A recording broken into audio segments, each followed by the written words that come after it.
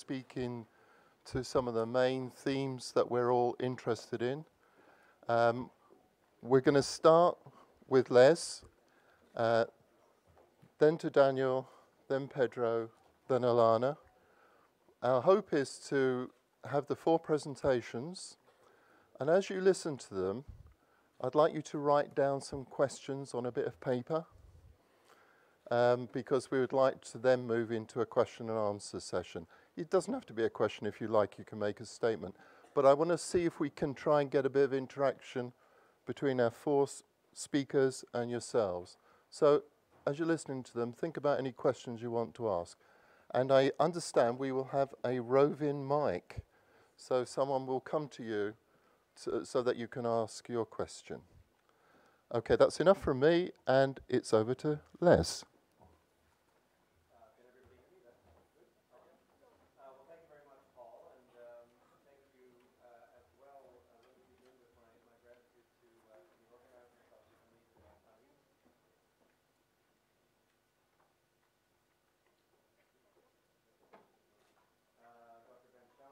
From IIAS, Dr. Sofian, a marvelously organized international meeting here at the Doha Institute and the school. My name is Leslie Powell. I'm the Dean of the College of Public Policy at Hamad bin Khalifa University, which is a sister institution to the Doha Institute. And my college, I think I can say, is a sister college to our colleagues here at the school. And Dr. Hamid, in particular, has been a great friend of our college as we've grown over the last number of years. So again, my gratitude to all of the organizers and for this wonderful event. So the subject or theme of this panel is the role of the developmental state, and in particular, its connection to sustainable development. I should say I'm going to go old school this morning, no slides, so non-digital. This will be a throwback to the 20th century. And I'm just going to make my comments and try to keep them within the 11 minutes that we've been allotted. So the theme is the role of the developmental state in sustainable development. And I want to take a somewhat contrarian perspective or step back a little bit and actually pick up on a theme that Dr. Ben-Shams shared with us this morning, which is the importance of multilateralism, international cooperation. So I'm going to step back and take a somewhat contrarian view and not focus on the developmental state as such, and try to think about this issue from, and pardon the academic jargon, but a multi-scalar perspective, or think about the developmental state in terms of multi-scalar relationships. And by that I mean, and again, some academic jargon here, the macro level, by which I mean international networks and international organizations, with the focus, of course, here on sustainable development and the SDGs in particular, and the micro level, which is civil society, organizations on the ground across a whole range of activities that are related to sustainability, sustainable development goals, and also to sustainable societies and enhancement of human happiness, if I can put it that way. And the developmental state, the nation state, is sandwiched in between those 2 levels. And even that terminology is not very helpful because it implies layers that are disconnected from each other. But in fact, it's more organic and networked. And so what happens at the macro level, and we have representatives from the UNDP and the OECD here in terms of international organizations, let alone the UN. What happens among those international networks and entities filters through and connects organically through the national development state, and that itself cascades down and up with organizations at the level of civil society. So what I'm going to refer to very quickly is a research grant that I have the honor of being a principal investigator on. It's the full title of the research grant, which is headed by my colleague, Dr. Everin Talk, also at the College of Public Policy at HBKU. He's the Associate Dean for Community Engagement. And the title of this overall project is SDG Education and global citizenship in Qatar, enhancing Qatar's nested power in the global arena. And right away you get this sense of SDG education, of global citizenship, of the national state, the notion of nestedness in the context of a global arena. So it reflects exactly the points I was making about this multi-scalar set of relationships. There are 8 projects in this, or sub-projects within this overall research endeavor. The one that I have the honor of leading is locating international best practices and policies. And in the context of doing that project with my 2 research associates, Mr. Mohamed Kebe and Dr. Duygu Sever Mehmet Oglu, both of whom are here in the audience this morning. In working on this sub-project, we've been looking at international best practices at the national level, but we also began to look at international networks and entities, both in terms of organizations of government, but also non-governmental organizations that may be connected to some of these international organizations like the UN and like the OECD that are contributing to facilitating, leading, seeding the SDG agenda at the global level. And so what I want to talk about is some examples, very briefly, just gesture towards them, of these the macro level, and then talk very, very briefly in closing about the micro level, about some of the work that's been undertaken by my sub-project, but also some of the others in terms of what's happening at the local level. So 3 examples at the global level that are important in understanding how the developmental state operates with respect to sustainable development.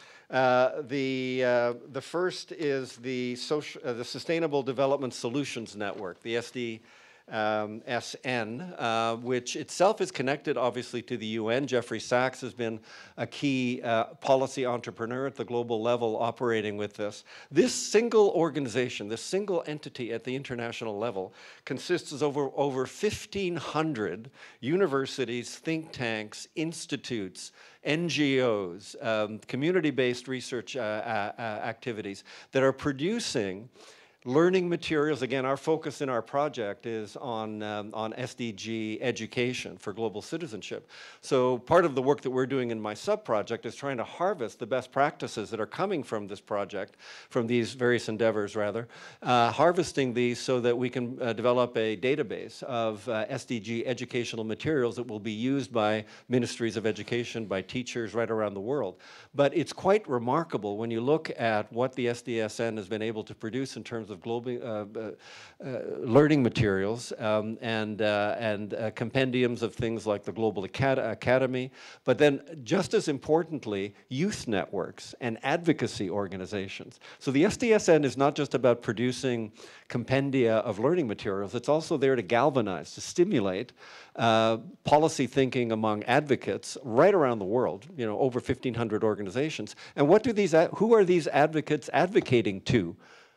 They're advocating to the developmental state. They're advocating to the national governments. And they're building the capacities and sometimes forcing the capacities and forcing the pace of the development of those capacities in their national government. So if we just focus on the developmental state, on the national government, we're missing this international network, and that's just one international network that is providing both materials and learning and thinking and ideas about sustainable development, but also galvanizing actors through advocacy around sustainable development. A second example is the Urban SDG Knowledge Platform. This is an organization obviously focused on local government and urban spaces and operating with respect to specific SDGs. Again, doing research, providing materials, engaging in advocacy, and providing a platform for non-state actors to contribute to the nation-state's policy development right around the world. A third example is something called the SDG Community of Practice, which is easy to become a member of, and then as part of this, one learns and connects with policy actors right around the world. So, and then in addition to that, of course, we've got the international organizations, the World Bank. We're going to hear from the OECD, the UNDP. Now, at one level, these are organizations of government, so you might say that they're epiphenomenal of the national development state, but we all know as students of organizational behavior, that these international organizations begin to develop what our Marxist colleagues used to call relative autonomy.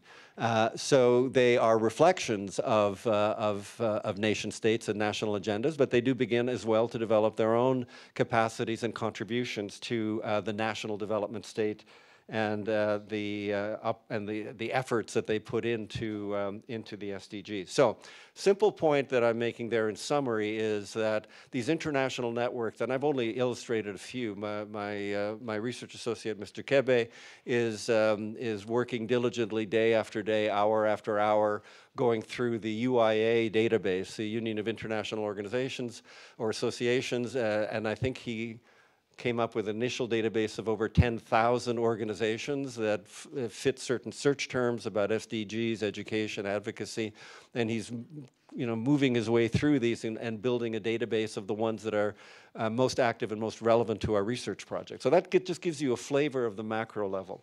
And again, if I can, and I will close on this, because I want to leave time for the panelists and for questions. What about the micro level? And let me just give you an illustration of work being done by another sub-project within this larger project, cataloging and trying to analyze a number of civil society, non-governmental actors in Qatar. So we're talking about this country, we're talking about the activities on the ground in this kind of developmental state. Which may surprise some people in the audience, because countries in the Gulf and in the Middle East are usually thought to have relatively weak civil societies and weak civil society organizations. And I will just give you some numbers. Student initiatives, 20. Digital initiatives, 26. Private sector organizations, 38. QF, the Qatar Foundation entities, 38. Local initiatives, 44. K-12 school initiatives, 128. So this particular sub-project is and the interesting thing about these, as I've been told by my colleagues, is that there are so many of these entities on the ground, but they don't know each other. They don't connect to each other in many cases. So our project, in a sense, will make visible these nascent networks at the local civil society level who are already interacting with government, but that will, again, build their capacity. So my concluding point is that in order to understand the national development state and its contributions to sustainable development, we should be thinking multi-scalar. We should be thinking networks that operate at the macro, the meso, and the micro level. And the developmental state is an artifact or an entity embedded in all of these relationships. And so to truly understand capacity, we need to understand the full range or scales of actors. And it may lead to an interesting observation or insight that in some cases, national state capacities may be relatively weak or underdeveloped, but their success in terms of sustainable development may be greater than anticipated or expected because they're embedded in global macro and micro networks that may actually push them further. So thank you very much, and I look forward to the discussion and to the questions.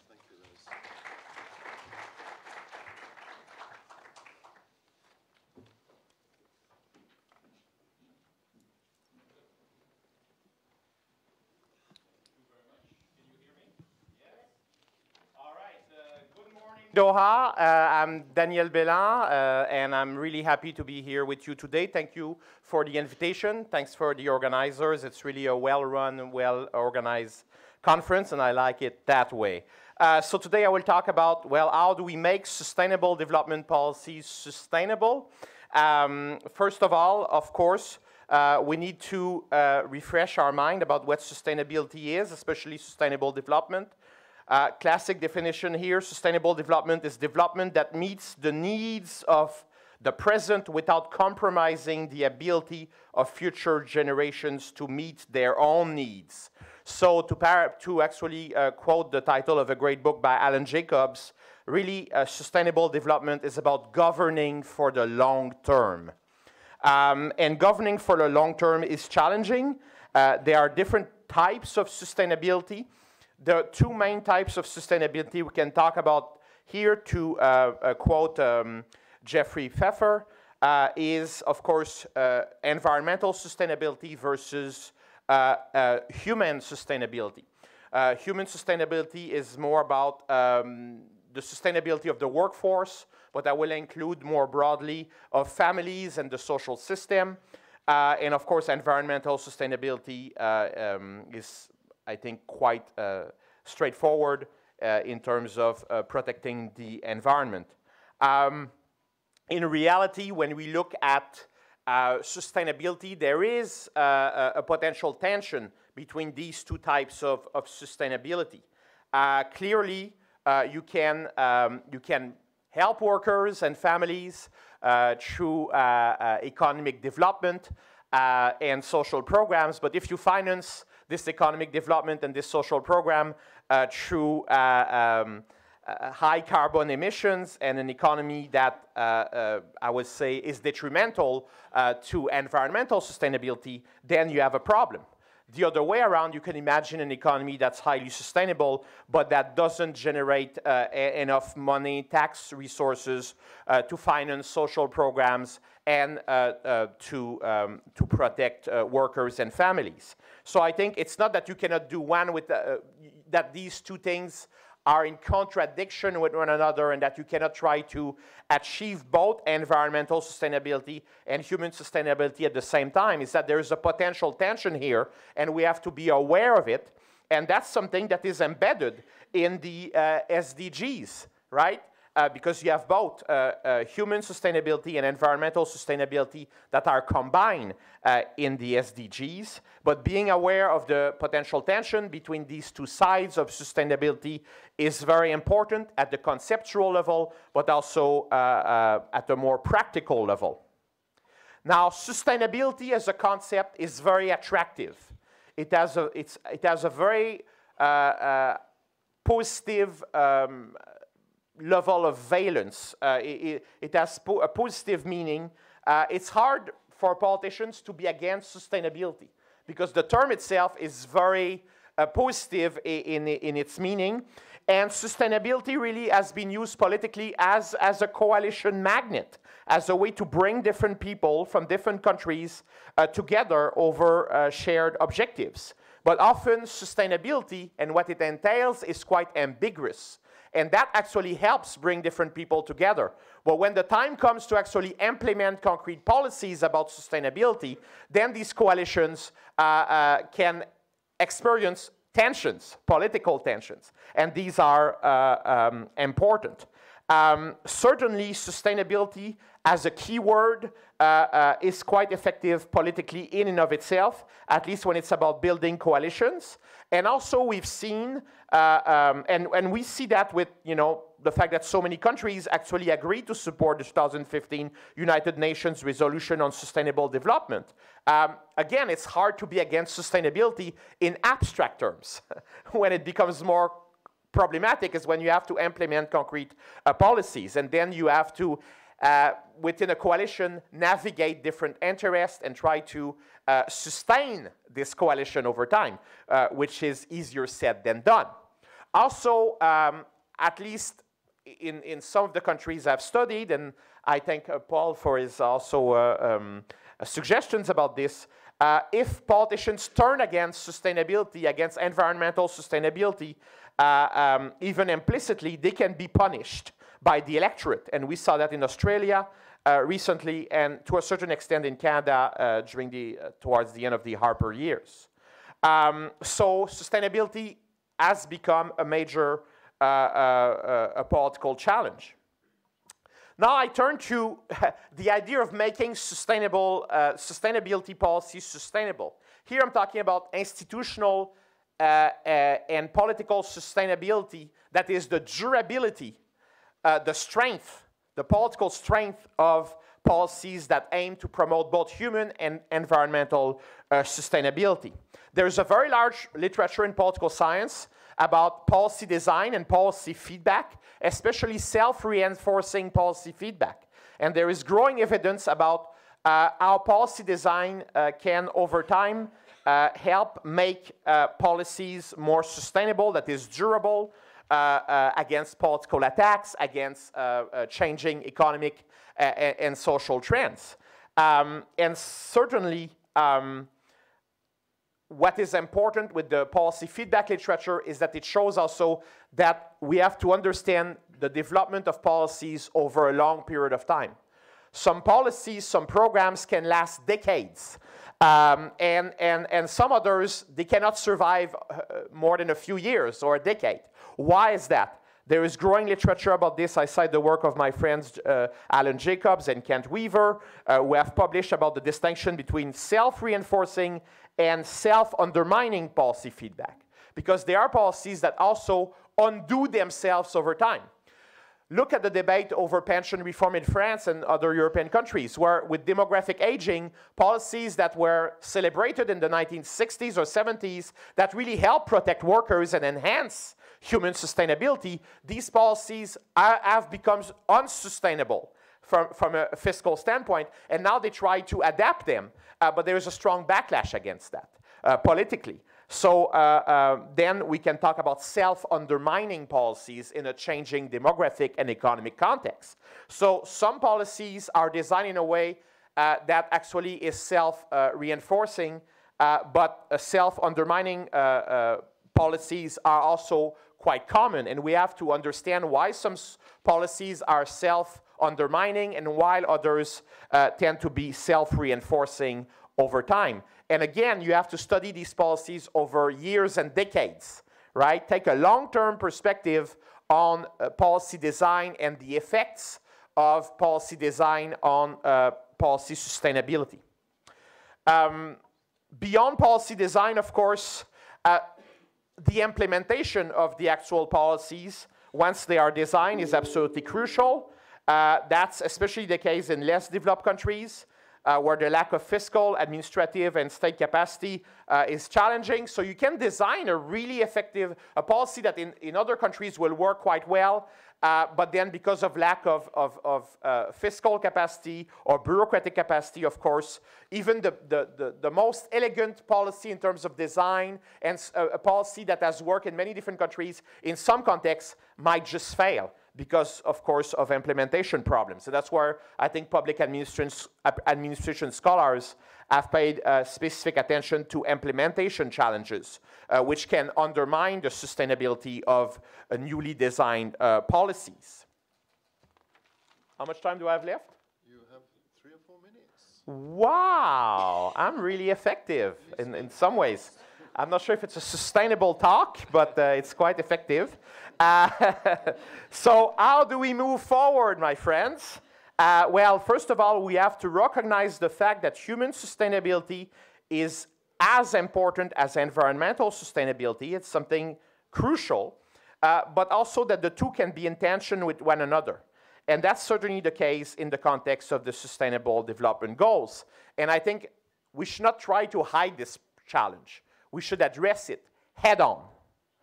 The second point is that to study the role of sustainability as a policy idea is really important. Understand the positive valence of sustainability, the fact that sustainability is a coalition magnet that can bring people together.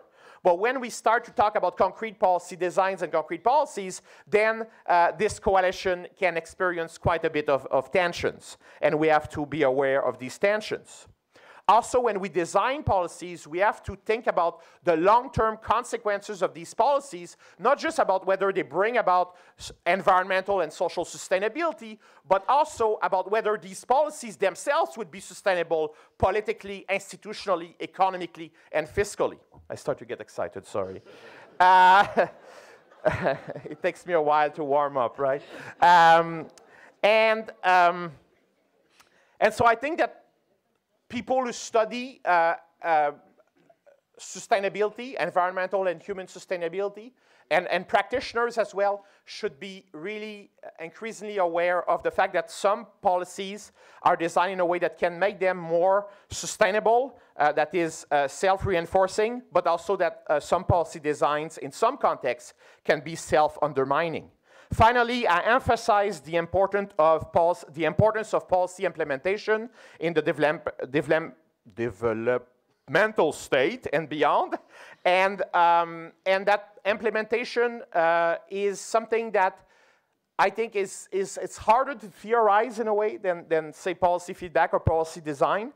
A lot of it is very concrete. It's about concrete resources, about having well-trained workforce on the ground to implement the policy, having the needed fiscal resources to get things done. And a great policy design, if it's poorly implemented, it's worthless. Thank you very much.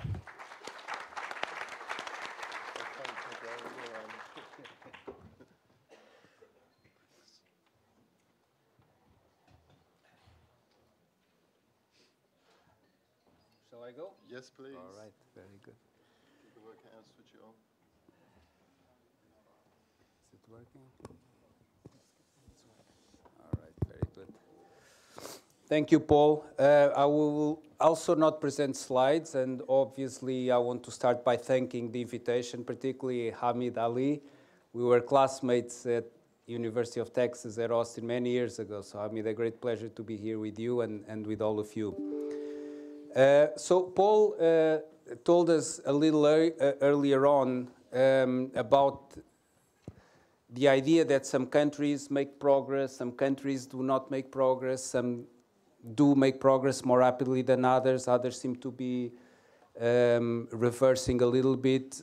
But I guess it's important to take a step back and pose the question of what do we mean by development? What do we mean by progress? What do we mean by developmental states? What is the notion of development that developmental states are pursuing? So one possible way of addressing this question was put forward by UNDP in our relative autonomy, I guess, many years ago, which was this idea that we should consider human development as the way in which we should assess progress and evaluate policies. Human development is a very simple idea. It's the idea that people should be able to live their lives to their full potential. It's a simple idea that suggested or inspired also metrics to give some quantification to this concept, including the Human Development Index that you also cited and used in your work, Paul. So the Human Development Index is a metric that combines how well the economy is doing, if you want standards of living, with achievements in health and education. So it's a broader metric of progress than the one that typically many people rely on, that looks only at the performance of the economy. Now, I want to give you some evidence and some findings from our latest Human Development Report that suggests that despite the fact that, as Paul mentioned, some countries are doing better than others, and this is always the reality, there seems to be something happening that is shared by many countries that may suggest that states in general, whether they are developmental or not, are struggling to give response to some of the challenges that societies are confronting today. So there's, if you want, a mismatch between the ability of states to respond to the challenges that we are confronting today. So the first evidence that I want to put forward to substantiate this claim is if we look at the evolution of the Human Development Index at the global level since we started computing it in 1990, you see a very boring line of improvement, steady improvement, until we get to 2020. 2020 and 2021, the Human Development Index globally declined for the first time ever, 2 years in a row. So something strange is going on here. Moreover, every year, the Human Development Index, which is calculated for each country around the world, varies. In most countries it improves, but there's always a few countries in which it goes down every year. During the global financial crisis in 2010, in 2008, 2009, it went down in 20% of the countries around the world. That was perhaps the biggest drop that we've seen up to 2020. 2020, 2021, it went down in 9 out of every 10 countries. It went down in 9 out of every 10 countries. So it was a widespread drop and decline in Human Development Index, and if you accept the claim that this is a metric that represents this idea of human development, it seems that things are not going in the right direction.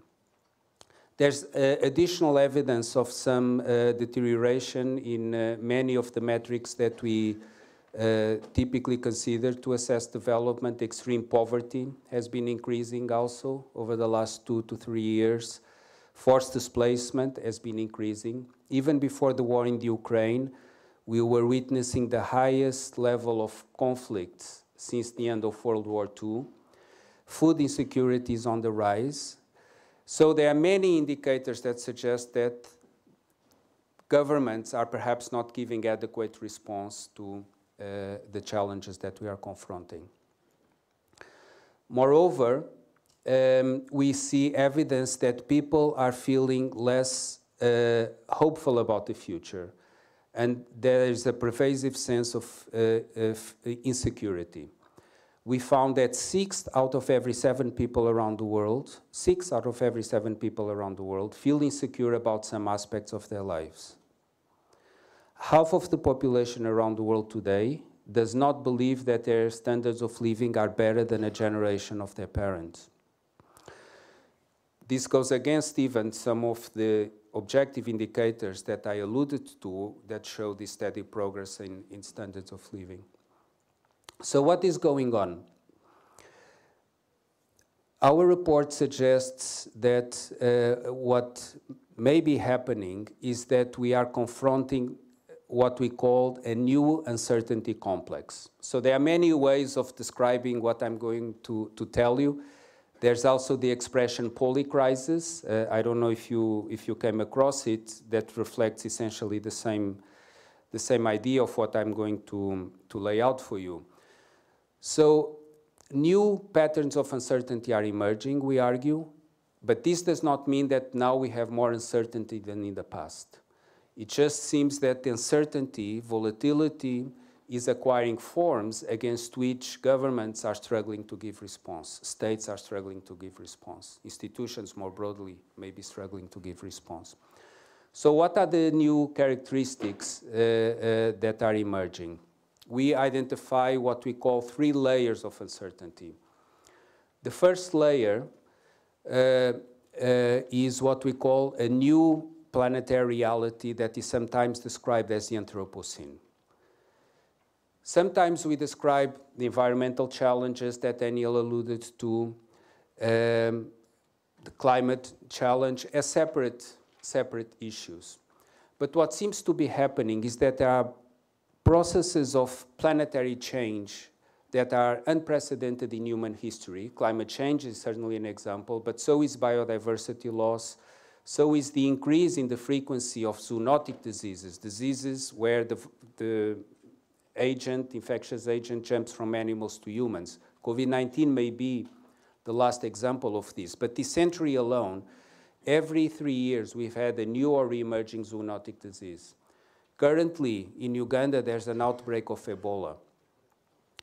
And this relates to the pressures that we're putting on nature that have increased the frequency of the disease. Not that they are new, they've happened throughout human history, but the frequency has increased substantially. So there's a broader process of dangerous planetary change that is fundamentally new. Secondly, we are pursuing very fundamental transformations in the way in which we produce energy,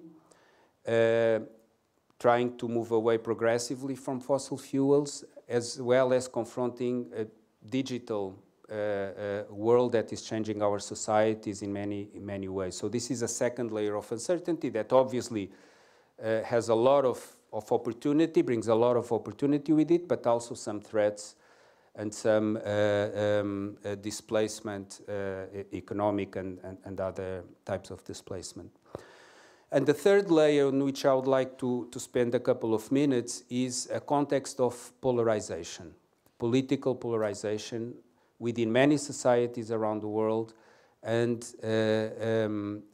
across countries also. We see that in the context of United Nations, where the members of the Security Council, for instance, have been divided for some time and continue to be divided today.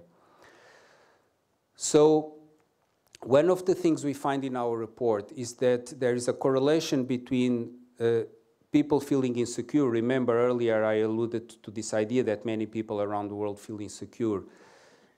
Correlation between insecurity and, on the one hand, trusting others less, and on the other, being attracted to the extremes of the political spectrum, both on the left and on the right. So it's not an ideological thing. So with these perceptions of insecurity increasing, it's no surprise that today we have the lowest level of trust on record. Less than one in three people around the world trust one another.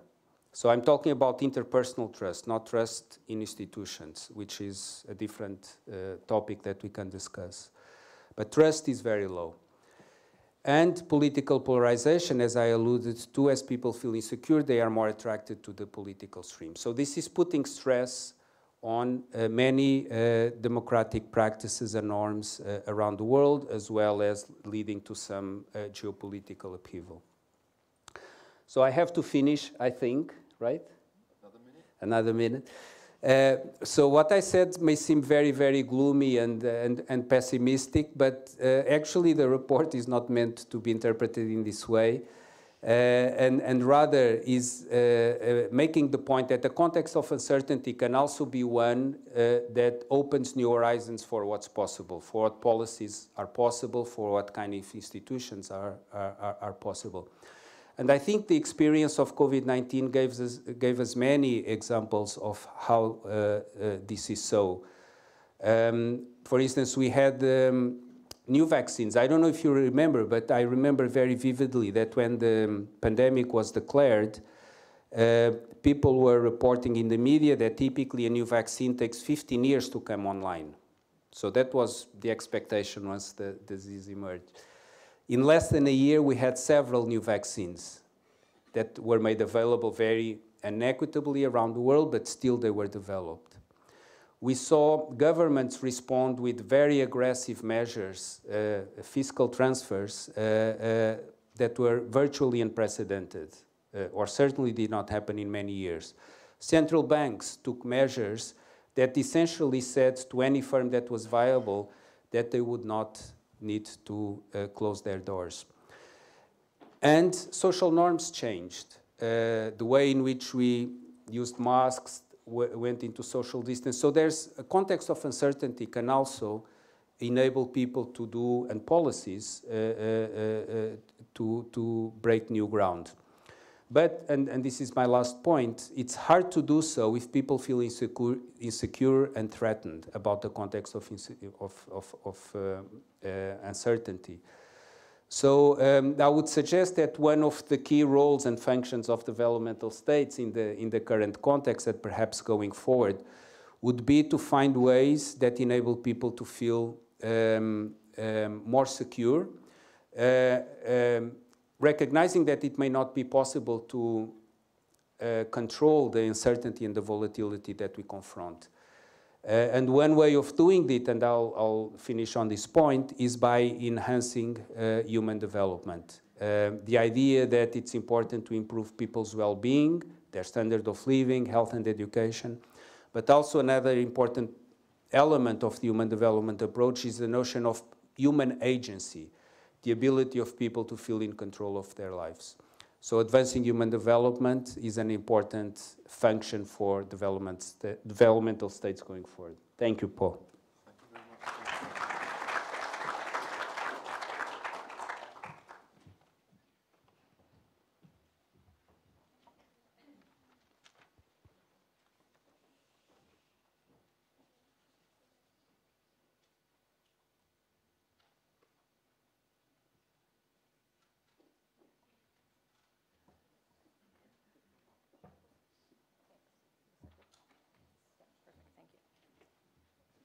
Hi, everybody. My name's Elena Baker. I'm from the OECD. So I'll bring a little bit of a different perspective. And what I'm hoping to talk about today is about learning and development in the civil service. So what are we actually asking our civil servants to do to actually implement all the things and all these big ideas? So modern governance, as we've alluded to, and as I'm sure we're going to hear a lot about at this conference, is sort of a new beast. It's a new thing altogether. There are seemingly continual crises, and these are going to be the new norm. There's problems we've never seen before, and there are huge issues in the world. It's all happening in a context of new technology and new digital ways of working, and so we have to learn those skills as well. So I would say things are changing, but in fact, they've already changed. And governments now need to train their staff to be able to do these things. So we're moving from traditional management styles, maintenance of the status quo and norms, to a huge need for modern management, a focus on competencies and behaviors rather than just technical skills, innovation and the ability to learn about new topics, and the ability to adapt to and accept that there is going to be crisis and change. That is a lot to learn. So we have to think about, what does this mean for learning and development? What does this mean for the systems that governments implement? And what does this mean for schools of government? So I actually figured I should maybe explain a bit about what the OECD does and in this work stream. One of the things that we do is we have a network of schools of government. So this is one of the only networks at the OECD that isn't actually just limited to OECD countries. It's a global network. So there are many members actually in this room today. And if you are here from a school of government and you don't know about what the OECD NSG is, you can come talk to me because we're expanding quite a bit. We also have an annual meeting every year where schools share their perspectives. I also work in a work stream that's about public employment and management, and under that work stream, we have a recommendation that's called the PSLC. It's the Public Service Leadership and Capability Recommendation, where countries have actually signed on and agreed to the principles that we have in this work stream. So these are the principles, and you can see that it's under 3 different pillars. Values-driven culture and leadership, skilled and effective public servants, and a responsive and adaptive employment system in order to bring civil servants on. And every year we run a survey, which we call the PSLC survey. There's a lot of acronyms everywhere, and the OECD is no exception. So the data that I'm going to show you a bit later in this presentation is from that. So it's a new thing that we've been doing. Every year we try to pick a couple, 2 or 3 different principles that are under this recommendation, and then we survey countries about what they're actually doing in this field. So last year, we did capable leadership, attractive employment, and merit-based recruitment. And this year, we have done mobile and adaptive employment systems, but also we have surveyed countries about their learning culture. And so that's where the data I'm going to tell you about comes from. But we didn't just ask them about, what are you doing, what are you teaching? We're trying to get at this idea of what a learning culture is in the public service, and it means shifting the values and the expectations in a public service. So this means taking learning in the civil service from being an extra or something that's only done at the beginning of a career, something that deserves extra compensation, to being an expected, ingrained way of doing things that help make up a professionalized public service and help with the shift to that. So in a learning culture, learning is lifelong and continuous. It has proper incentives which are not financial. Employees know that this is expected of them, and it happens at all levels, so management also goes through continuous learning, and overall is viewed positively by employees.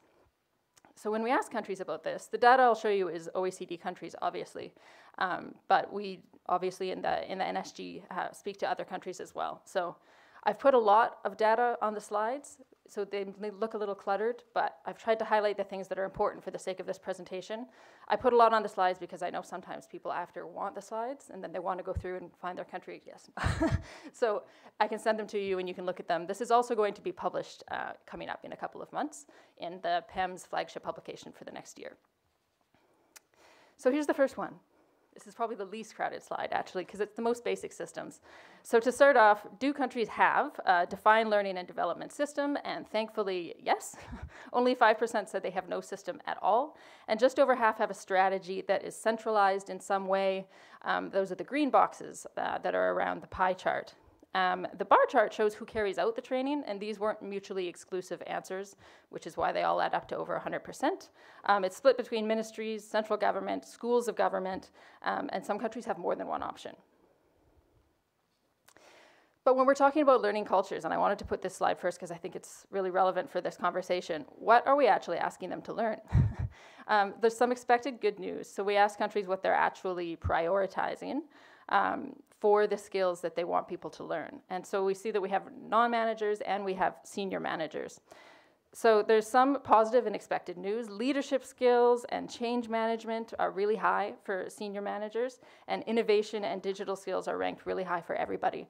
But there's some things that are a bit lower down and that we were really surprised at, especially given where we are and how close we are to 2030. The SDGs, as you can see, rank quite low. They rank quite low for managers and non-managers. And we're also asking people about global competencies, this global way of thinking, as we've heard before, that we can't solve policy problems if we're not linking countries and regions together and thinking about the interconnectedness of things. And it seems like a lot of schools of government are not yet really prioritizing these. So maybe this is a trend or something that will emerge coming up.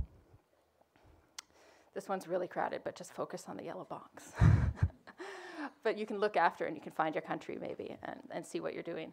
So this slide is about ensuring that there's the right mix of incentives. So if we want people to learn things, why should they? They're adults and they make decisions based on incentives. Getting adults to learn new things requires incentives. Ideally, these should not be financial when we're talking about civil service learning systems.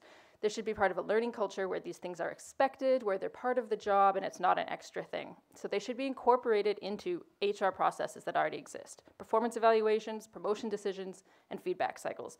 And that's what's here in the yellow box. It shows them kind of right in the middle in terms of how often they're used. So that means that some countries are beginning to incorporate them, some aren't there yet, but this does seem to be an emerging thing to do to make this learning culture and to transform learning in the civil service. But another really important thing that countries can do is to take the burden of learning or the expectation of learning off just the employee and make it as a part of the manager's job as well. So for themselves to learn, but also to develop their staff, to go from being a sage on the stage to a guide on the side and develop a lot of other people that are below them that are going to need to take over making decisions on policy problems as we go forward. So the blue line is 50% of countries doing these things. So a couple things are okay, but we have a ways to go on a few others. So less than half, this is the yellow boxes, are including employee development in managerial job descriptions or taking it into account at all in a manager's performance evaluation.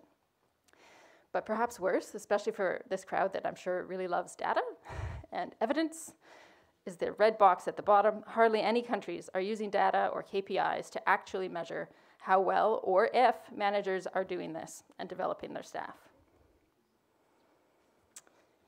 So this slide shows us more data while we're on the theme around data and learning and development. The blue line again is 50%, and the dark blue and gray bars show what's being collected or tracked either centrally or at a ministerial level. The most common data that's at the top is the stuff that's pretty easy to track: participation, what is the budget, and so on. But the red box is a really tricky thing, and I know a lot of countries are struggling with it because we have lots of projects on this. And maybe that is why less than half of countries are tracking it, but it's really essential. The red box is data on whether or not learning is actually working, evaluation and measurement of its effectiveness, and if these skills are actually being used in the workforce once people learn them. And I wanted to point out one more thing about this box, which is these yellow boxes here. These flag data that's being tracked on participation by different diverse groups. So in this case, it's age, gender, socioeconomic background, and disability.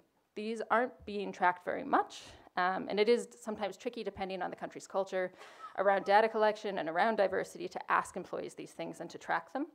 But it is something to think about when we're talking about developing a pipeline of talent. So we often hear, you know, I'd love to hire somebody for that job, but there was just nobody qualified, or, oh, this person hasn't undergone this training. We can't find someone for our panel that fits, you know, this sort of thing. We hear it all the time, and this is something that can help us think about that. Maybe there is no problem with a learning and development pipeline, but it's impossible to know if we're not tracking it with data, and we're actually seeing the learning opportunities that are being opened up for people. Just 2 more slides. Am I okay for time? Okay. And this is about the learning tools. So obviously we've gone online. COVID really sped that up.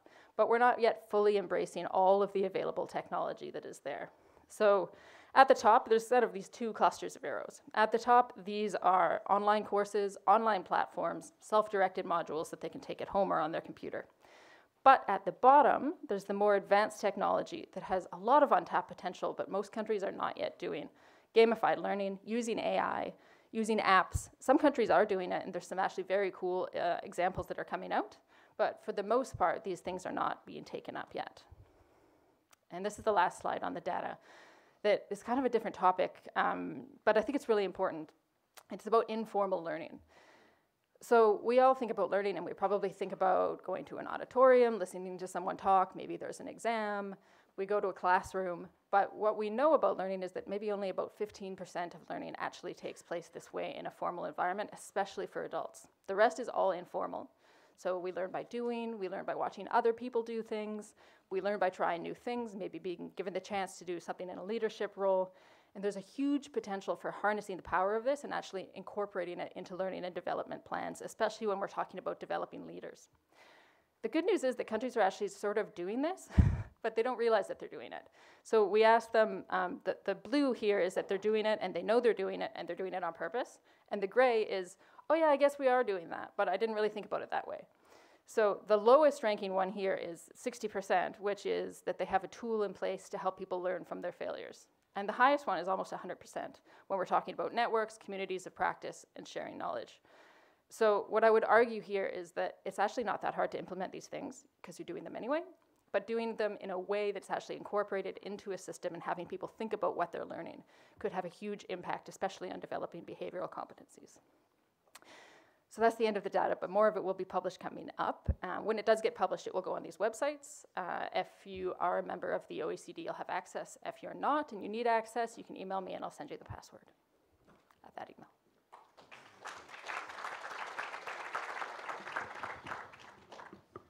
Hello. Could you take a minute just to think about what you've heard and if you've got any questions that you'd like to put to our panel members? And have we got a roving mic ready? Yeah. Brilliant, thank you. So, there's someone there? We're ready to go. Look, there's a hand up there. Okay.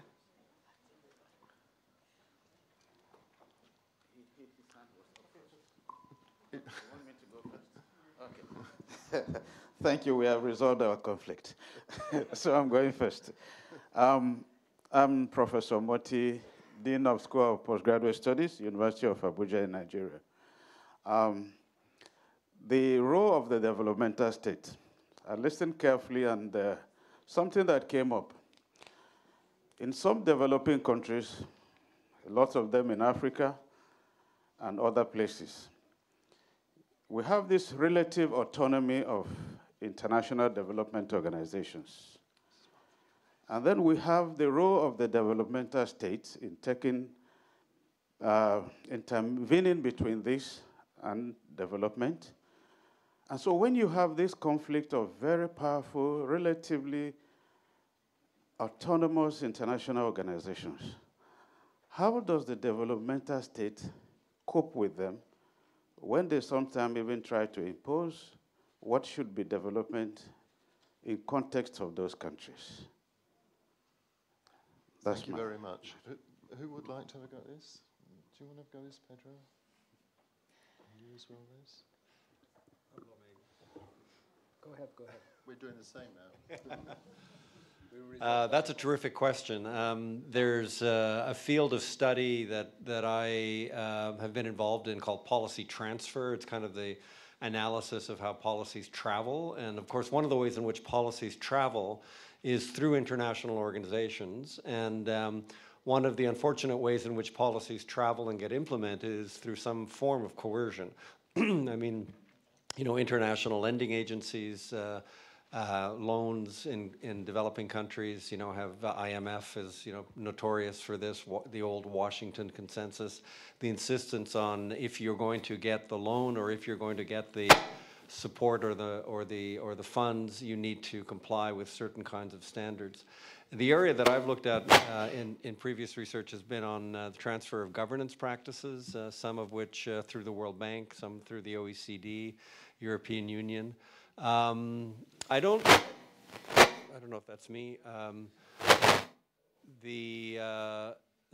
I think the cases where governments are extremely vulnerable and exposed, there's not much that they can do because they're by definition very weak in comparison to both the need that they may have for international assistance and support and also the strength of the agencies that they're facing. But I don't want to paint it in too much of a black and white kind of situation. I think in many cases states, developing states, do have their internal capacities.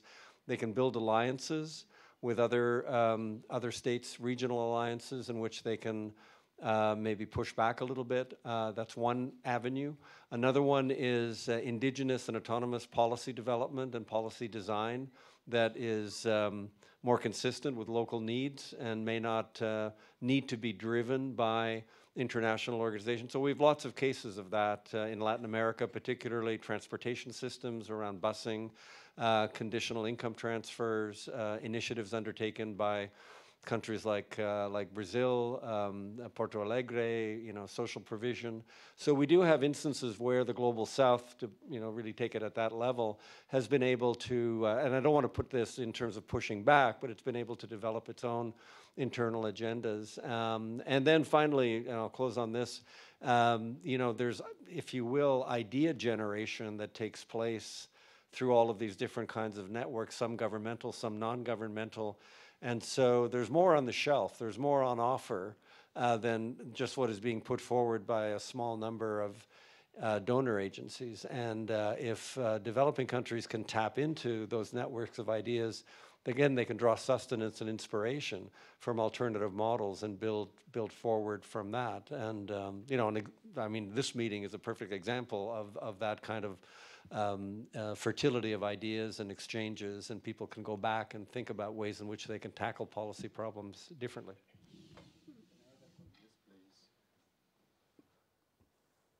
Just two quick points to complement what Les has said. First, I do agree that international organizations are not all pushing the same agenda, so there's diversity. And I think that governments often draw from that diversity of positions and stances to create the coalitions that are more advantageous to them. And then secondly, I think the point about regional groupings is very important, particularly in West Africa. We've seen the importance of ECOWAS, for instance, as well as the African Union Commission as a whole. We've seen in the case of West Africa many non-constitutional transitions of power in the last 2 to 3 years. And the importance of the African Union and ECOWAS in the responses they have given in coalition, in association, sometimes with international organizations, is an example of the strategic use of diversity of international organizations with different characteristics being mobilized by either governments or coalitions of governments to advance their interests. Thanks, Pedro. Yeah, I just want to say that on Thursday at 9 a.m. I give a keynote lecture on exactly the topics that Les raised about.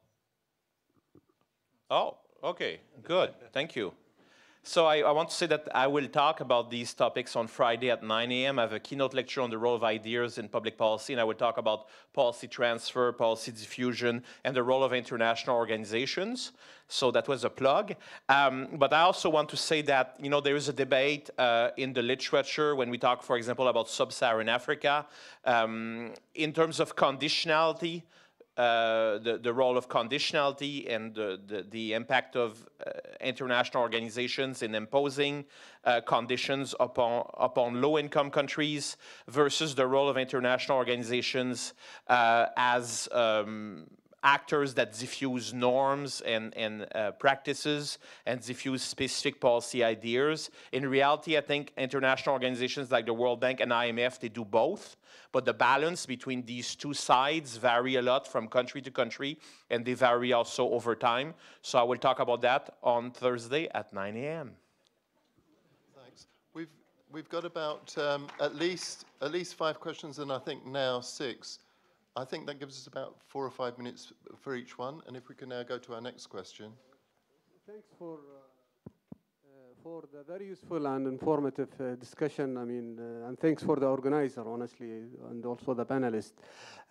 I like the way you simplified formulating the public policy, but I mean, it is a very complicated task, particularly for us here in GCC, because we are shifting, and we need a lot of shift. Not only shift on the environment of formulating the public policy and taking into considerations many factors, I mean, economic, policy, environment, and different policies like monetary, physical, and the shift needed for the GCC to move to the new stage of the development where we used to have only one single way of public policy, physical, only we get money from oil and gas, and that's the way we spend it. Now we are thinking of diversification, job creation for our people, and better integrations to be part of this, what they call it, supply chain. So how we can really, first of all, I mean, let people aware that, I mean, the way to manage the transformation, it's only through the public policy. There is no other stick or anything to so how we can really implement what we are very good in making vision and making strategy, making even policy, but how we can enforce the implementation, having the right mechanism to make sure that we implement what we are talking about.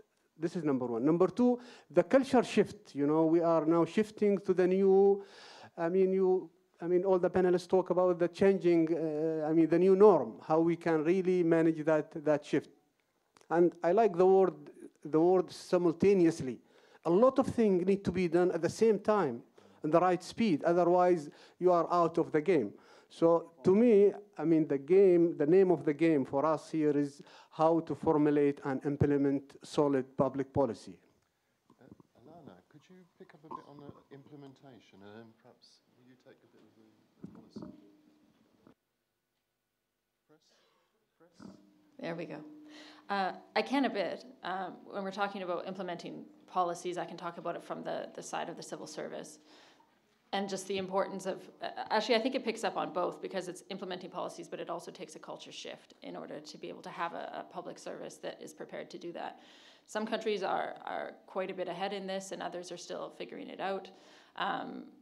The culture inside the public service and making sure that people are prepared to implement these things and that they have the right values to do it and that they have those expectations of themselves. It takes a lot, I think, of a public servant to realize that, especially if they've been in it for a long time, that the job isn't what it used to be, and that they have to be able to have a lot of self-awareness to retrain themselves and to think about it in a way that it's really on them. A lot of people got into government and then they stay in government for 30, 40 years, and then all of a sudden they're the management, they're the people making these policy decisions, and the world is completely different, and they don't have the skills to keep up with it. So they do really have to take it upon themselves and realize how much is on their shoulders. But governments can also help with that by putting learning systems in place, by helping with the culture shift, and also changing employment systems too. I didn't touch on it, but this way that a lot of governments do things, that they hire people when they're out of university, and then those people never have any other job, and there's no movement in or out, and there's just kind of one path, probably has to change as well, to put in flexible systems and more mobility, and to put in ways to get people mid-career that have the skills we need as well and be able to compete. It's a mix of things, I think.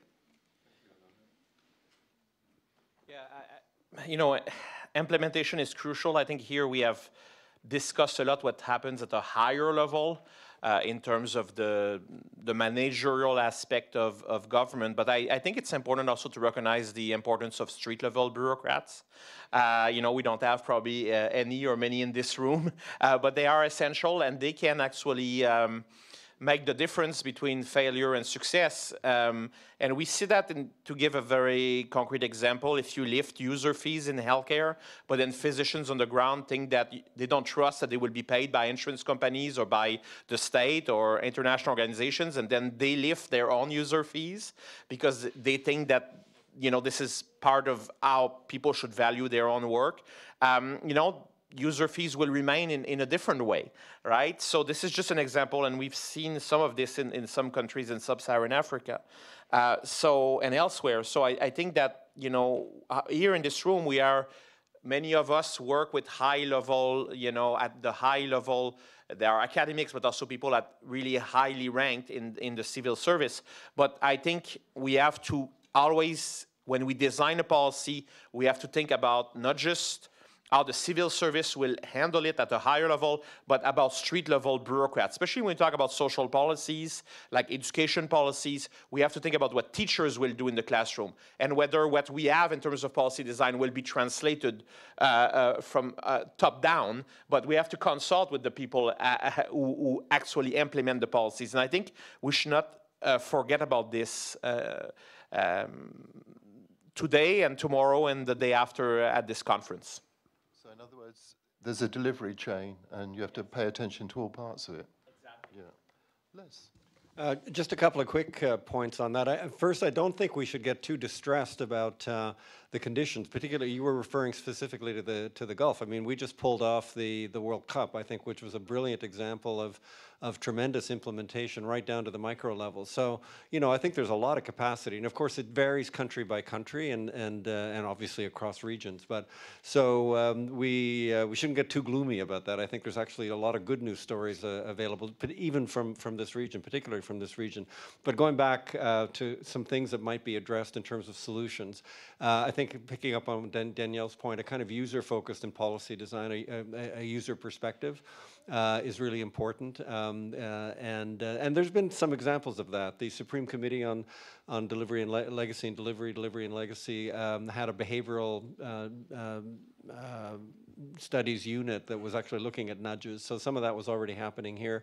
Another thing that I would obviously put forward, and this is, you know, my colleague Dr. Hamid as well, I mean, training, you know, and putting investment into training of public servants and civil servants as much as possible. And that's something that we're all as professionals in this field committed to. It's really absolutely important and crucial.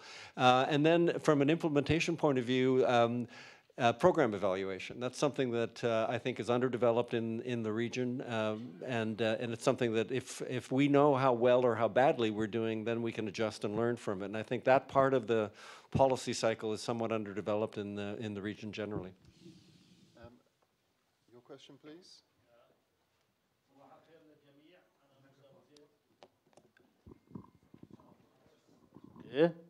أنا موسى أبو زيد من فلسطين.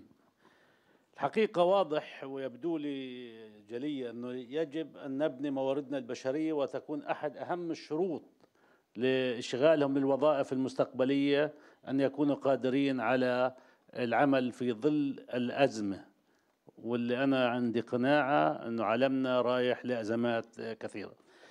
التكامل بين عمل الدولة ومؤسسات المجتمع المدني هذا موضوع جدلي على مدار 30-40 سنة سابقة، وخاصة أن مؤسسات المجتمع المدني دائما عملها يكون على الماكرو يعني ليفل، يعني في مشاريع، في أهداف، في آخره، والتباين دائما موجود بين ما تفكر في الدولة وتفكر في مؤسسات المجتمع المدني، وخاصة في القضايا اللي لها علاقة في الحقوق. بالتالي بخبرتكم وبكل ما تقوموا فيه من أبحاث، ما هو المفتاح السحري اللي ممكن نعطيه لهذه الطرفين، الدولة ومؤسسات المجتمع العملي، لتتكامل في عملها بما يحرز الديمومة والاستدامة وبناء سياسات مشتركة، وبحيث يكون المجتمع المدني بمؤسساته شريك حقيقي في المسؤولية والواجبات، وأيضا في التخطيط والرقابة بتفاهم واضح يشكل حافز وأيضا فائدة لعمل الدولة. الموضوع الثاني أعتقد طرأ تغيير، يعني الحديث الوردي عن الاستدامة والتطور والنمو أيضا والاستحواذ الآخر لم يعد ممكن بنفس القدر الذي كان موجود قبل سنوات، قبل في 2019 أو 2018. وأعتقد مصطلحات كثيرة استبدلت في دول من الاستدامة والرفاهية إلى الانكماش الاقتصادي والتراجع في كثير من مجالات عمل الدولة. من هون أنا بدي أسأل في ظل يعني عدم قدرة الدول تشكل أهمية كبرى في العالم من أن تتصرف في ظل أزمة مثل جائحة كورونا. واليوم احنا أمامنا زلزال محزن وأحزننا جميعا، لكن ثواني وقفت الدولة عاجز عن مواجهة مثل ذلك. ما هو يعني في ظل توقعاتنا انه في كوارث اضافيه قادمه، كيف الدول لازم تبني حالها وكيف ممكن تحافظ على الاستدامه وتكون قادره على الصمود. ايضا في ظل في دول الصراع، كيف يعني ما هي النصيحه من وحي التجربه اللي ايضا تتمتع فيها، كيف يمكن ان تبنى هذه السياسات المرتبطه في الاستدامه؟ وشكرا لكم.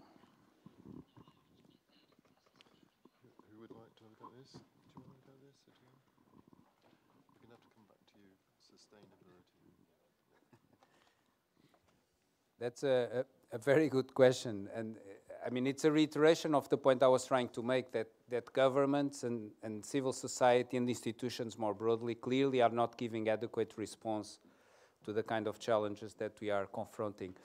So in our report, we argue that there are three sets of policies that might be worthwhile considering. We call it the 3 I's: investment, but investment in people, as well as in the provision of global public goods like pandemic preparedness. Innovation.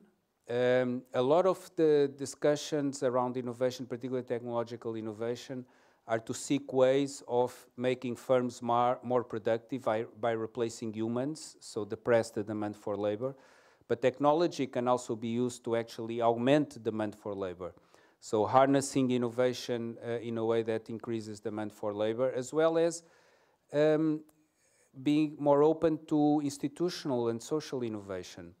If we are serious about the transition that we are embarking on, about changing the way in which we produce energy, for instance, this is a transformation as consequential as the one that took us from agriculture to industrial societies. During that transformation, there was a huge amount of institutional innovation. Institutions that didn't exist were created, central banks, for instance, joint stock companies. So I think we have to open ourselves to a broader set of institutional and social innovations. And then finally, insurance. The importance of insurance here, I think, is critical, both market insurance as well as social insurance. In high-income countries today, on average, 20% of GDP, 20% of the economy is devoted to social insurance. Low and middle-income countries, only about 6% on average. Market insurance today in high-income countries covers about half of covered losses. Low and middle-income countries, only 10%. So there's a huge scope for both social and market insurance to grow. And all of this is important, as I had argued, to enable people to feel more secure in this context of uncertainty. Thanks, Pedro. Very quickly, I think that there is a distinction between long-term sustainability and short-term survival.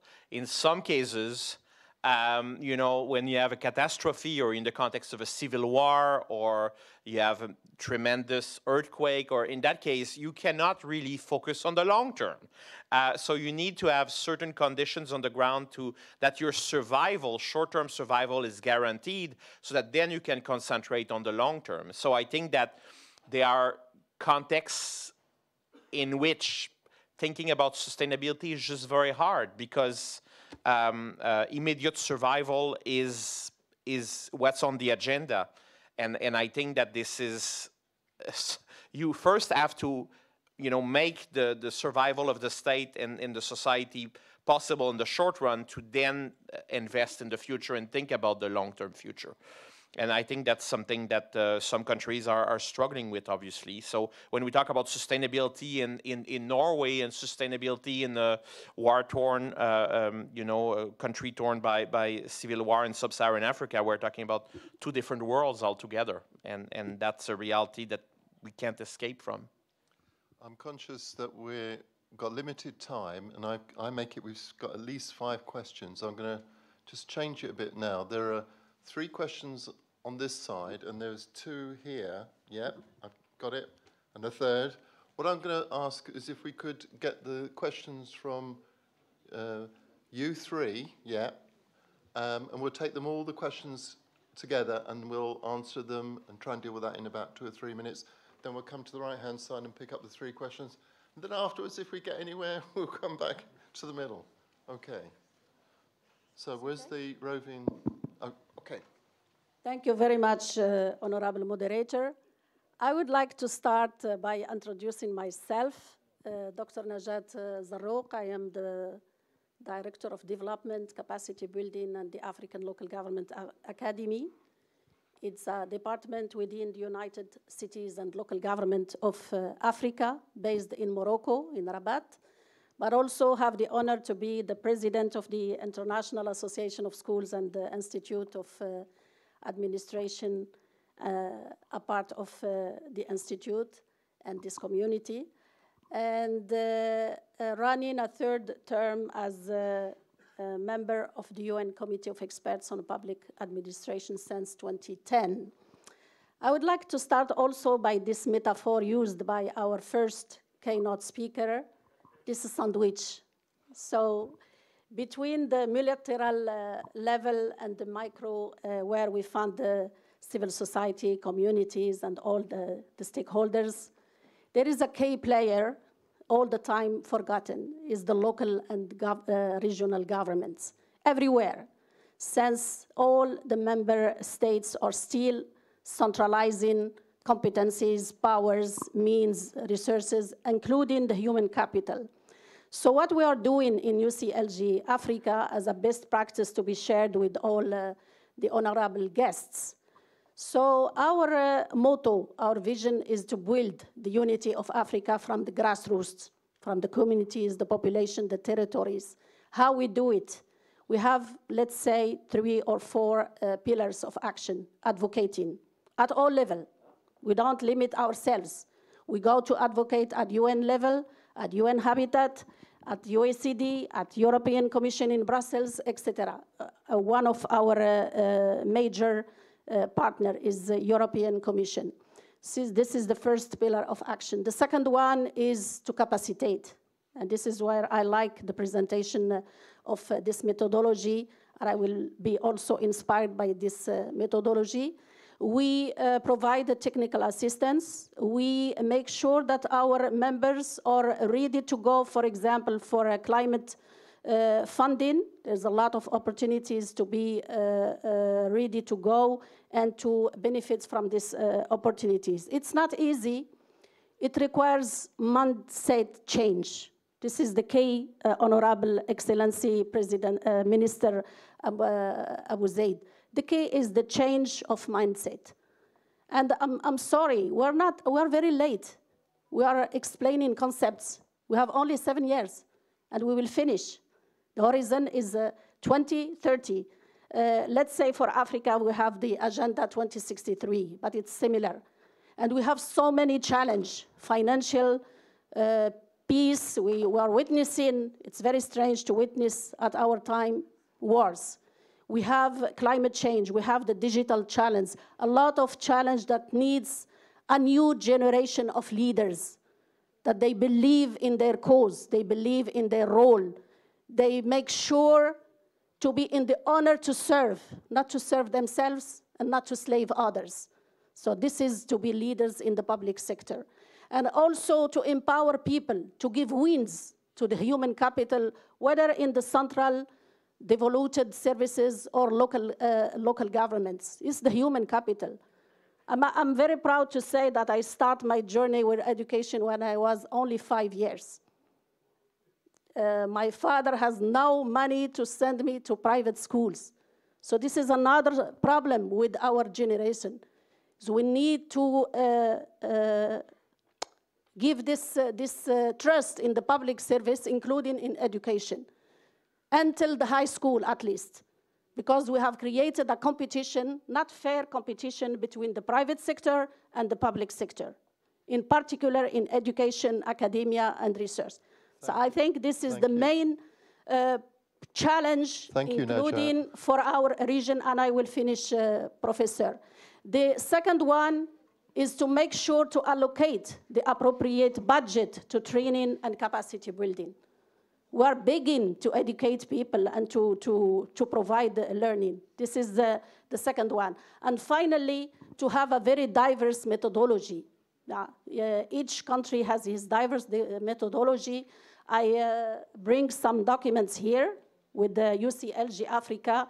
It's very diverse, including e-learning, study tours, community of practice, and it needs, finally, Professor, a win-win partnership. And thank you very much. Thank you, Najat. Could we take the two other questions in this area, please? Fabienne and yourself, sir.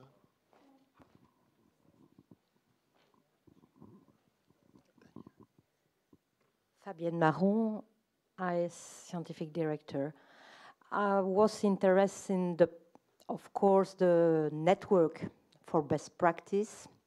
And to my knowledge, these platforms are on a voluntary basis. And the platform, the UN platform for sustainability and citizen is on a voluntary base for I would say, filling these case studies and example of best practice. I was wondering how we can make it, I would say, train people, and it's linked to the training program of local leaders, but also the education to citizenship for sustainability. To have these case studies in, I would say, vulnerable place sometime, and it's not easy.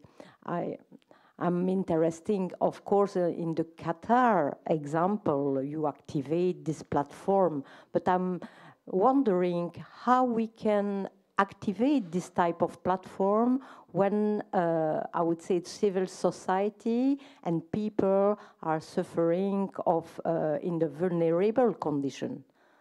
Thank you, Fabienne.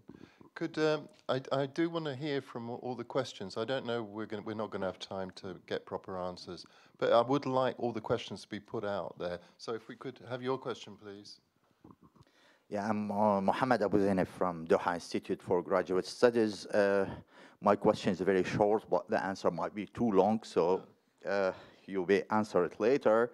Given the definition of sustainability, particularly that we don't want to comprise the future, as you said, the question is that should we need to reconsider the ethical system that underlies most of the development and the human indices, the way they are calculated? Should we stop attaching more weight to the present, discount the present in favor for the future? If yes, what the new ethical system that do we need to build a new indices that account for the future? Thank you. Could you provide the roving mic here, please? Yep. And then there was one at the back. Okay. Thank you. My name is Nurlia Nurdin, Professor Nurlia Nurdin from School of Public Administration, Jakarta, Indonesia. Firstly, thank you very much for this really great and hospitality. This is my first time get out from Doha Airport. Usually just transfers. So my question is, what is new about policy sustainability if it is count only for lack of fiscal support and state capacity? So I'm saying this is like a open of disparities between developed and developing countries. Maybe nothing new, but leadership in between still matter. Because we do some research, have some research that if you have research, but you don't have any leadership, then the policy still lack of interest in public. Thank you. Thank you very much. And can we quickly get the two two last questions, which I would just want on the record.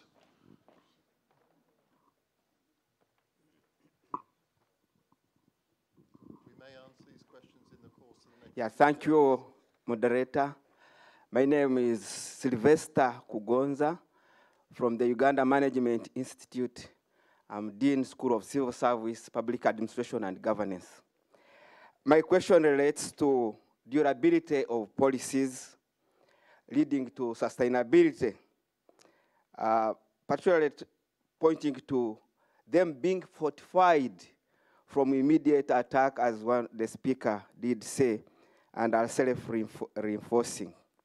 Now, given the circumstances under which some policies have to be enacted, needing urgency to solve immediate problem, and also given that many of these governments who have to pay attention have a time frame of 5 to 7 years because of term of office, what are the safeguards that you've been thinking about as you did research at this multi-scale, at micro, meso, and macro, in order to not compromise sustainability?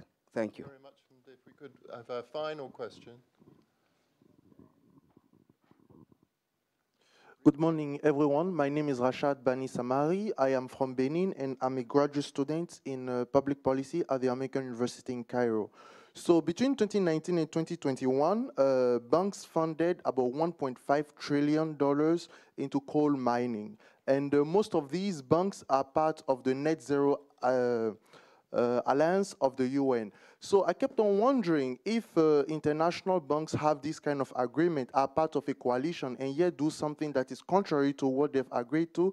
What do we do? How do we ensure that they abide by what they said they would? And the speaker from McGill University also spoke about this kind of tension between economic development, sustainability, public policy. I would really love to have your view on that, considering also that in Canada, there's been the recent policy by the Prime Minister on less environmental friendly policies. Also, I would love to ask Dr. Leslie about most of the initiatives that you mentioned are much more global.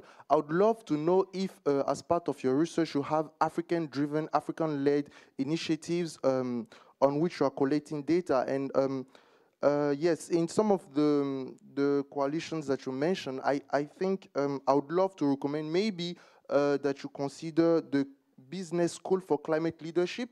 There's a Europe initiative that is currently being led by Oxford University, I think, and there is an increasing, there